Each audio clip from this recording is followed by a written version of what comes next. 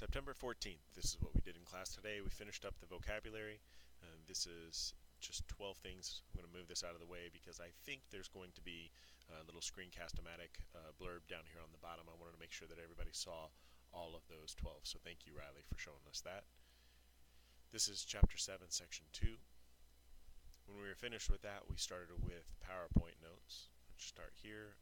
This was the last one, actually, that we used yesterday.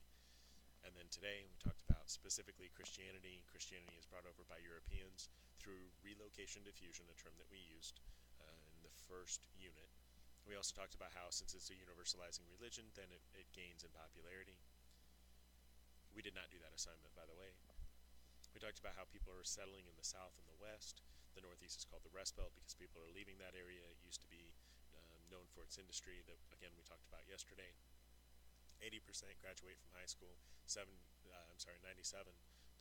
literacy rate in the United States, but the best asset in terms of education for us is our post-secondary system, colleges and universities. I also told them to copy down all these things except for the writers, things that happened here in the United States. Not necessarily we're the best at these things, just that we developed them.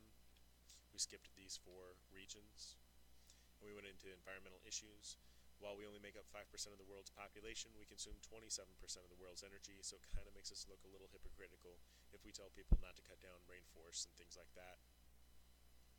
We also talked about how each region that we kind of skipped over before, but each region, the West, the Midwest, the East, and the South, all kind of have their natural hazards they have to deal with. People throughout the USA are moving into the suburbs, and we also talked about the process of gentrification, which you can read here. We did not do that. About half of the households in the U.S. are married couples, and half of that are married couples with kids less than 18. And we talked about what happens if you have smaller families, natural increase, and then the need for workers later as the next generation retires. And then finally, we talked about the difference between debt and deficit. When we were finished with that, we looked at, again, the We Didn't Start the Fire assignment, which is due tomorrow. We Didn't Start the Fire assignment is due tomorrow.